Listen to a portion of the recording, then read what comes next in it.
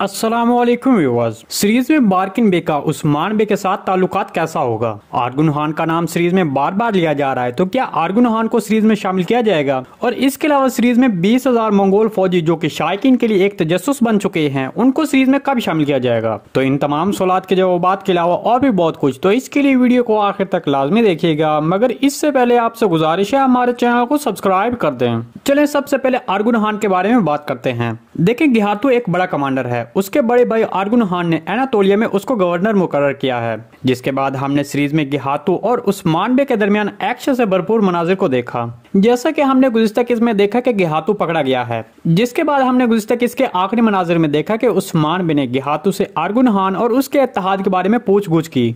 आर्गुन खान तारीख में एक ऐसा शख्स था जिसने अपनी रियासत के तमाम मामलात अपने वजीरों पर छोड़ रखे थे, जो कि वो अपनी ऐशो इशरत में महव रहते थे। कुछ ही अरसे में आर्गुन खान को महसूस हुआ कि वो एनातोलिया और उसके इर्द गिर्द रहने वाले तुर्कों को मजीद कंट्रोल नहीं कर सकता। तब उसने यूरोप में अपना एक एलची भेजा ताकि उनसे इत्तेहाद कर सके, लेकिन आर्गुन खान इससे कोई नतीजा अखज़ न कर सका।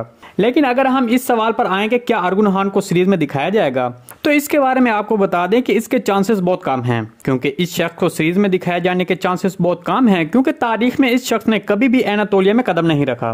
हो सकता है कि इसे ऐसे ही दिखाया जाए, मतलब महल में गिहातू या फिर उसके किसी कमांडर को हिदायत देते हुए। जहां तक 20,000 मंगोल फौजियों की बात करें, तो फिलहाल गिहातू वो 20,000 मंगोल फौजी वापस भेज देगा और फिर तख्त पर बैठने के बाद तुर्क सल्तनतों को सजा देने के लिए एक बार फिर बड़ी फौज के साथ वापस एनातोलिया आएगा। चलिए अब बात करते हैं कि बारकिन बे का मकसद क्या है, वो क्या कर सकता है, वो सीरीज में इस तरह का बर्ताव क्यों कर रहा है और उसके उस्मान बे के साथ मामलात कैसे होंगे।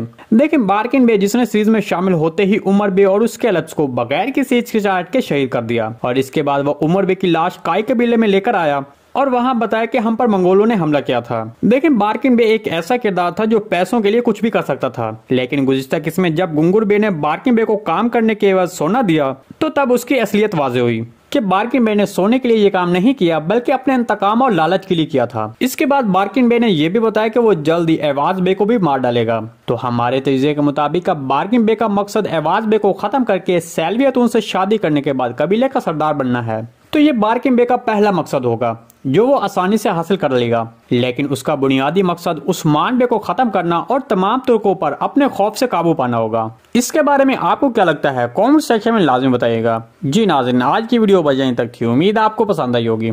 अगर हमारी वीडियो आप तक बर वक्त नहीं पहुंच रही तो बेल आइकॉन लाजमी प्रेस कर लें, ताकि हर आने वाली नई वीडियो का नोटिफिकेशन आप तक बर वक्त पहुंचता रहे। वीडियो अच्छी लगी तो इसको लाइक शेयर कर दें। मिलते हैं किसी नई वीडियो के साथ, तब तक के लिए अल्लाह हाफिज। ताकि हर आने वाली नई वीडियो का नोटिफिकेशन आप तक बर वक्त पहुंचता रहे। वीडियो अच्छी लगी तो इसको लाइक शेयर कर दें। मिलते हैं किसी नई वीडियो के साथ, तब तक के लिए अल्लाह हाफिज।